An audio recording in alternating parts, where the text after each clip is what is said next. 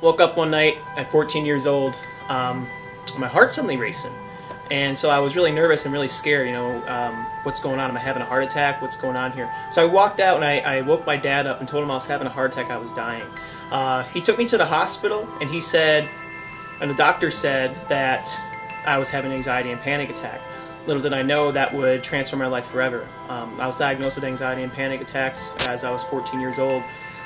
And when I had those, I would be held captive by fear. It consumed me, and I would function out of fear. I didn't want to move, I wouldn't want to stand up, I wouldn't want to do any activity really, because I thought I was going to have a heart attack. I didn't want to be alone. I did all sorts of things to kind of cope with that fear. On top of the anxiety attacks and the panic attacks, I had a food addiction. And I was addicted to all types of food. I wanted anything that would just fulfill me. Doesn't matter what it was. It could be candy, it could have been bread, it could have been anything that would just fulfill me, make me feel good at that time. It would take away the anxiety attacks when I got them. It would take away my loneliness. It would take away my depression. And so my life was just kind of getting out of control from having the anxiety and having an addiction to food. It got so bad at one point that I had to go to the hospital by ambulance because I was so big. I got to Pittsburgh, Pennsylvania, and they weighed me in at 799 pounds on a hospital bed. At that point, something was just, what do I do in a situation? What do? Do you continue to have these fears? Do you continue to live for this addiction? What's going on here? And all these thoughts, as they weighed me in at 799 pounds, all these thoughts would just scramble through my head. Am I going to live? Am I going to die? What's going to happen next?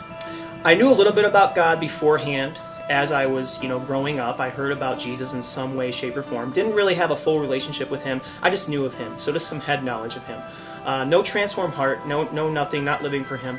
Well, that's the case. I kind of took that. At least I had some belief system in me. I had a little bit of Jesus in me and some knowledge of him.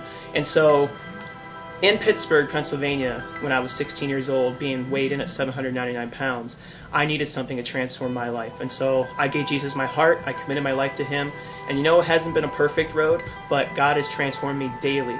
And I no longer am addicted to food, I'm addicted to Jesus, and that's some good stuff. But I do got to be careful because the addiction is real and it can come back, but God fulfills the cravings in my heart, and it's not the food that will do it. And the anxiety attacks, I know who I rely on. I know if I were to die, I know if I were to live, I'm in God's hands and he'll take care of me. So my life now is just totally transformed and totally different. So I'm thankful that God changed my life and transformed my life.